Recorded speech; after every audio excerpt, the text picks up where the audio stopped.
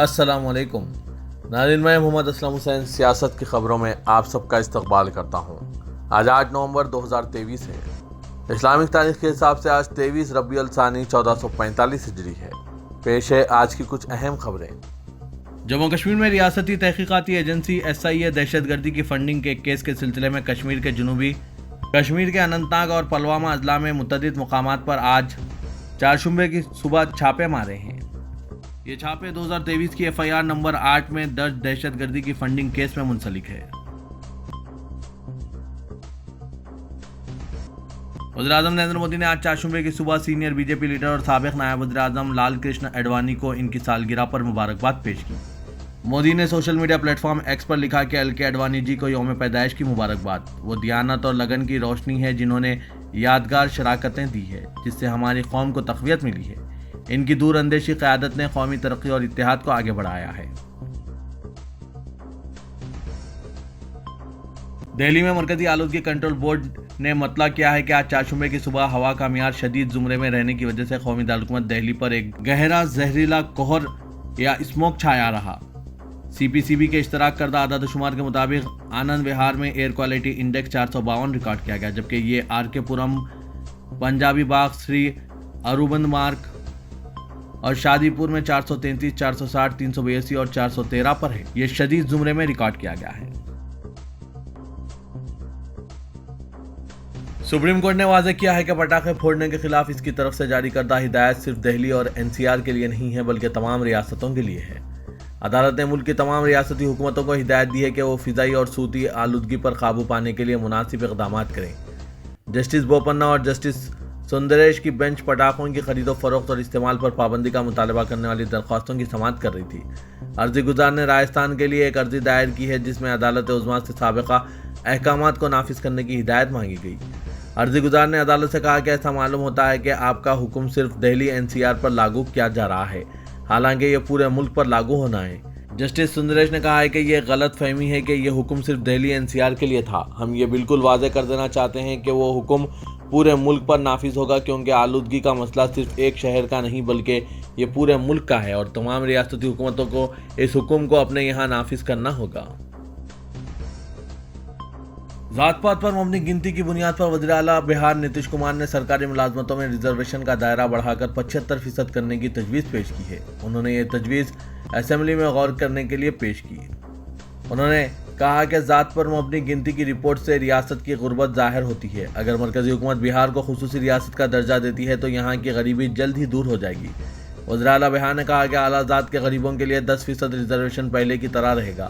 پسماندہ طبقات کی خواتین کو ملنے والے 3% ریزرویشن پسماندہ طبقات کے لیے پہلے سے جاری ریزرویشن میں ایڈجسٹ کیا جائے گا، کیونکہ ریاستی حکومت پہلے ہی خواتین کو 35% ریزرویشن دے رہی ہے۔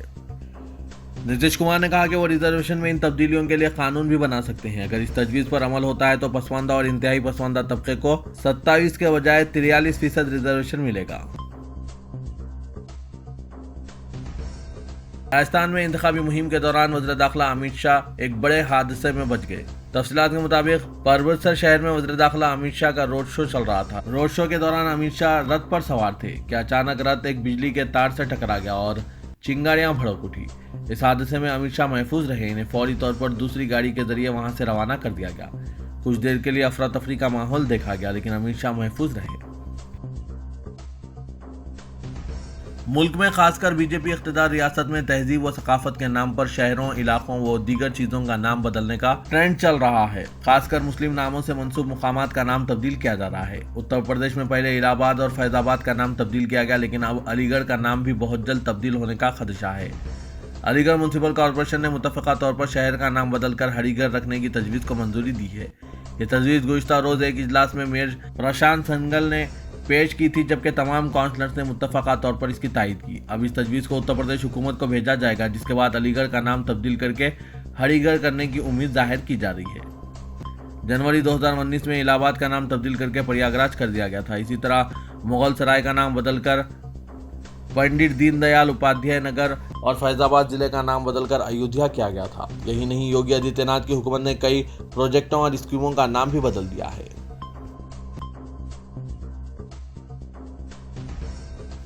مرکزی حکومت نے اداکارہ رشمیکا مندنا کا ڈیپ فیک ویڈیو وائرل ہونے کے بعد سرگرمی دکھاتے ہوئے ایڈوائزری جاری کر دی ہے۔ حکومت نے سوشل میڈیا کمپنیوں کو ایڈوائزری جاری کرتے ہوئے IT انٹرمیڈیٹ رولز پر عمل درآمد کے لیے کہا ہے۔ مرکزی وزیر راجیو چندر شیکھر نے کہا کہ اس طرح کی غلط چیزیں بے حد نقصان دہ ہے اور اس سے سوشل میڈیا پلیٹ فارمز کو نمٹنے کی ضرورت ہے۔ سبھی سوشل میڈیا پلیٹ فارمز کو ایسا مواد 36 گھنٹوں میں ہٹا دینا چاہیے۔ تلنگانہ کے وزیر اعلیٰ کے چندر شیکھر راؤ نے عوام سے اپیل کی کہ وہ سوٹ کیس کے ساتھ انتخابی میدان میں اترنے والے کانگریس امیدواروں سے چوکن نہ رہیں۔ مذاق میں ووٹ دیا گیا تو زندگی تماشا بن جائے گی۔ عوام کا مستقبل غیر یقینی صورتحال سے دوچار ہو جائے گا۔ چیف منسٹر KCR نے آج 3 اسمبلی حلقوں چتور، منتھنی اور پیداپلی میں BRS جلسوں سے خطاب میں کہا کہ گزشتہ 100 سال میں BRS کے 10 سالہ حکومت میں ہی تلنگانہ میں امن و امان اور سکون رہا ہے۔ نہ کوئی فسادات ہوئے اور نہ کرفیو نافذ کیا گیا۔ کانگریس حکومت میں فرقہ وارانہ فسادات ہوا کرتے تھے۔ انہوں نے بحیثیت چیف منسٹر ہونڈا گردی کو ختم کر دیا، لا اینڈ آرڈر پر توجہ دی، جس سے ریاست میں جہاں ترقی ہوئی ہے وہیں روزگار کے موقع فراہم ہوئے۔ تلنگانہ کو فلاحی اسکیمات کی جنت میں تبدیل کر دیا گیا۔ عوام کو 24 گھنٹے برقی سربراہ کی گئی۔ زرعی انقلاب برپا کیا گیا۔ ہر ضلع میں میڈیکل کالج قائم کیا جا رہا ہے۔ اضلاع کی تنظیم جدید کر کے 10 اضلاع کو 33 اضلاع میں تقسیم کیا گیا، جس سے سرکاری نظم و ضبط عوام کی دہلیز پر پہنچ گئے۔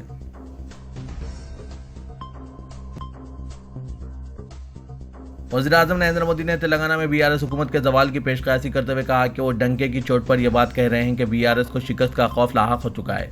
وزیر اعظم مودی نے BJP کے انتخابی مہم میں حصہ لے کر آج حیدرآباد میں لال بہادر اسٹیڈیم میں BC آتما گوڑا سبھا سے خطاب کیا۔ وزیر اعظم نے تیلگو میں چند الفاظ ادا کرتے ہوئے اپنی تقریر کا آغاز کیا، جس کا عوام کی جانب سے خیر مقدم کیا گیا۔ مودی نے کہا، تلنگانہ کی مقدس سرزمین کو میرا سلام۔ BC آتما گوڑا سبھا میں شرکت میرے لیے باعث فخر ہے۔ آپ کے آشیرواد سے میں وزیر اعظم کے عہدے پر فائز ہوں۔ آپ کے آشیرواد سے BJP BC طبقے سے تعلق رکھنے والے قائد کو تلنگانہ کا چیف منسٹر بنائے گی۔ بھارتیہ جنتا پارٹی کے تلنگانہ میں انتخابی امکانات کو آج اس وقت ایک اور دھکا لگا جب خود وزیر اعظم نریندر مودی کے انتخابی جلسے میں بھی عوام کی انتہائی کم تعداد شریک رہی۔ وزیر اعظم کے جلسے کا BJP نے LB اسٹیڈیم میں انعقاد عمل میں لایا تھا۔ دعویٰ کیا جا رہا تھا کہ 1 لاکھ افراد اس میں شرکت کریں گے، تاہم اطلاعات کے مطابق صرف 15,000 کے آس پاس عوام نے شرکت کی۔ مزید یہ کہ جب وزیر اعظم نے تقریر شروع کی، عوام جلسے سے روانہ ہونا بھی شروع ہو گئے تھے۔ پتہ چلا ہے کہ وزیر اعظم نے عوام کی کم شرکت پر ناراضگی کا اظہار کیا ہے۔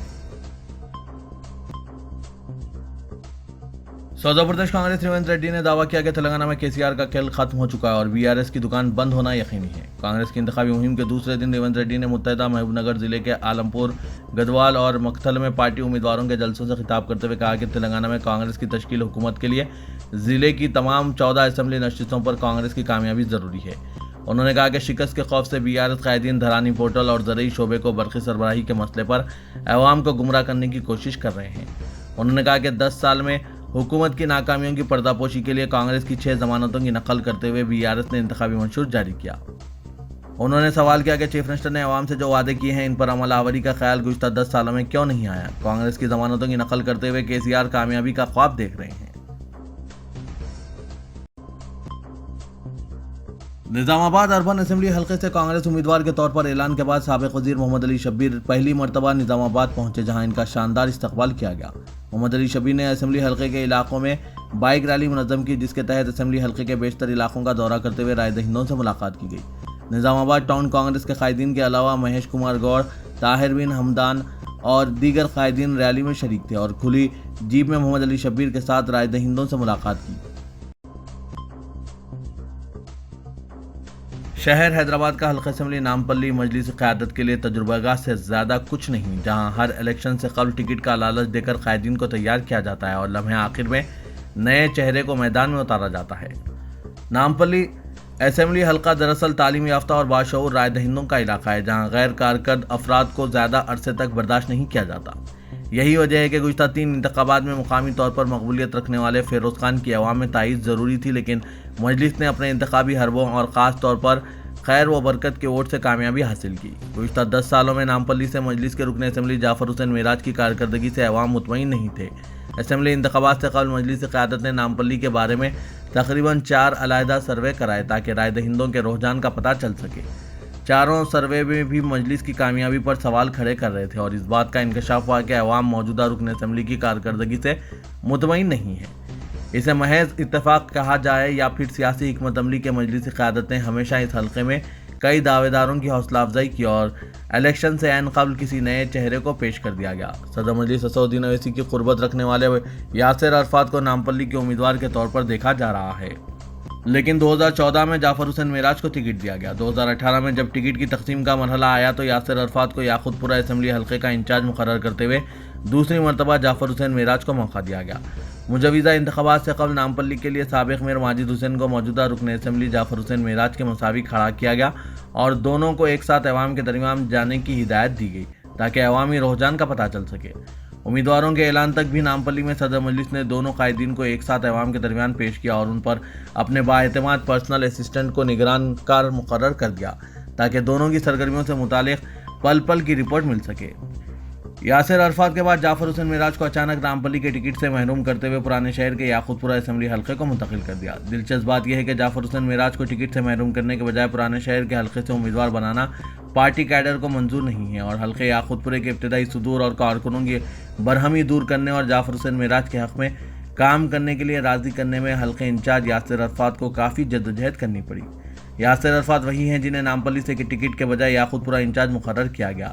نئے شہر کے باشعور رائے دہندوں پر مشتمل نامپلی حلقہ اسمبلی کا نتیجہ اس مرتبہ چونکا دینے والا ہو سکتا ہے کیونکہ بار بار دعوے داروں کی تبدیلی نے کیڈر اور عوام میں ناراضگی پیدا کر دی ہے۔ حلقہ اسمبلی چنان گٹے سے مجلسی امیدوار اکبر الدین اویسی نے کہا ہے کہ ان کی زندگی کا سب سے بڑا کارنامہ جہاں اپنے طور پر اسکولز کی کئی عمارتیں تعمیر کرواتے ہوئے 20,000 بچوں کو مفت تعلیم کا انتظام کرنا ہے، تو وہیں گزشتہ 10 سال میں ریاستی حکومت کی جانب سے مختلف اسکیمات جیسے RTF، MTF، overseas scholarship, CED-M، study circles اور اقامتی اسکولز کے ذریعے 27 لاکھ مسلم طلباء کو مستفید کروانا ہے، جن پر حکومت نے تقریباً 6,000 کروڑ روپے خرچ کیے۔ ایسی نظیر ملک کی کوئی دوسری ریاست میں نہیں ملتی۔ مجلس اتحاد المسلمین اور ان کی کوششوں کے نتیجے میں یہ کام تلنگانہ ریاست میں انجام دیا گیا۔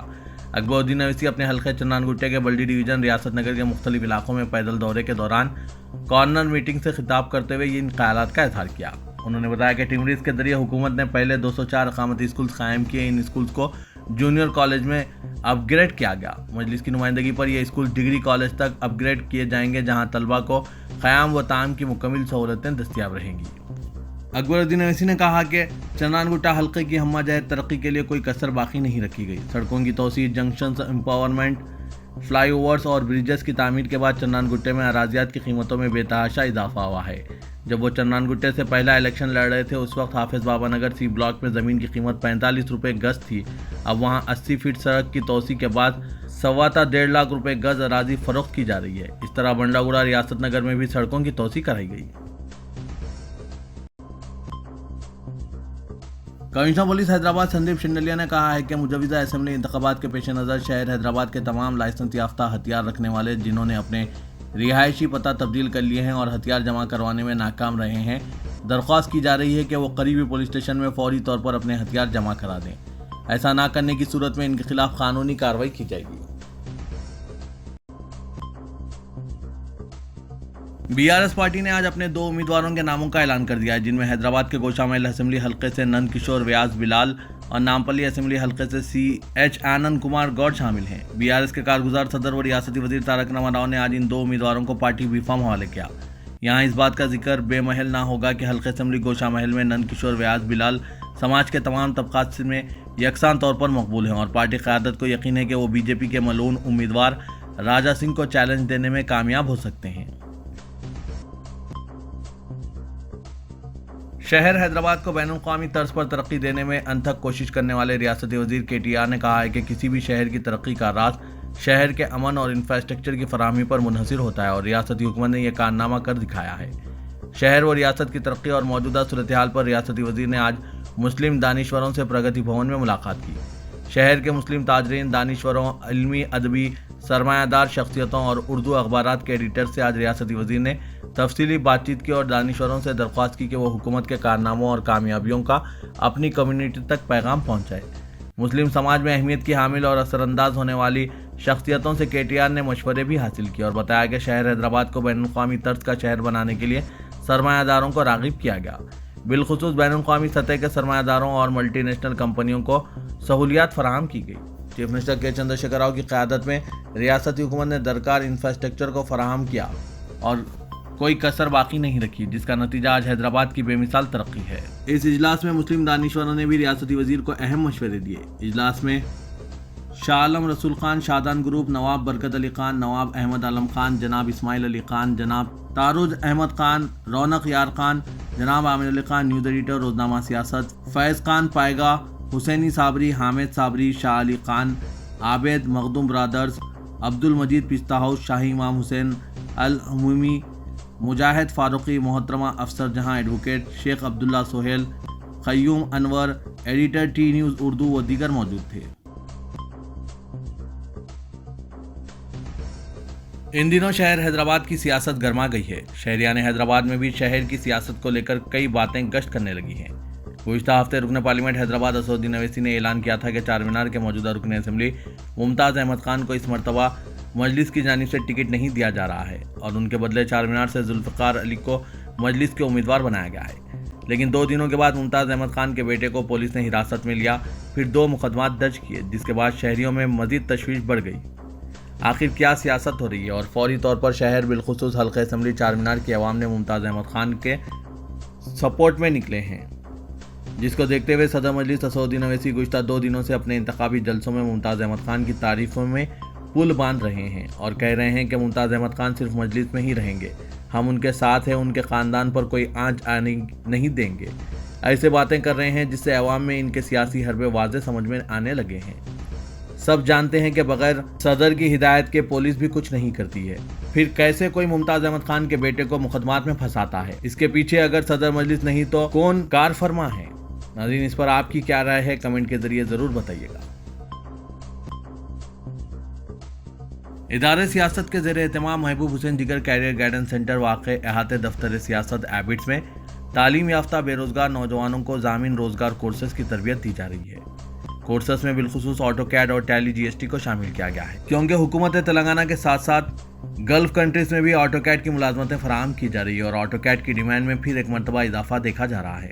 خواہش مند امیدوار اس زرعی موقع سے استفادہ حاصل کریں۔ اس کے علاوہ سینٹر ہاضہ میں دیگر پیشہ ورانہ کورسز جیسے M S office, D T P, accounting packages, Tally G S T, ریوٹ کے علاوہ اسپوکن انگلش کی بھی تربیت دی جا رہی ہے۔ Auto کیڈ 2D 3D structure planning کے ساتھ ماہر اساتذہ کی نگرانی میں ٹریننگ دی جا رہی ہے۔ سرٹیفکیٹ سیاست کی جانب سے جاری کیے جائیں گے۔ ادارے ہاضہ سے ہر ماہ کئی طلباء و طالبات تربیت حاصل کر کے ملک و بیرون ملک معقول مشاعروں پر برسر روزگار ہیں۔ مزید تفصیلات کے لیے ادارے سیاست سے راست یا ان فون نمبرات پر ربط پیدا کر سکتے ہیں۔ فون نمبر ہے 9652813994 9393876978۔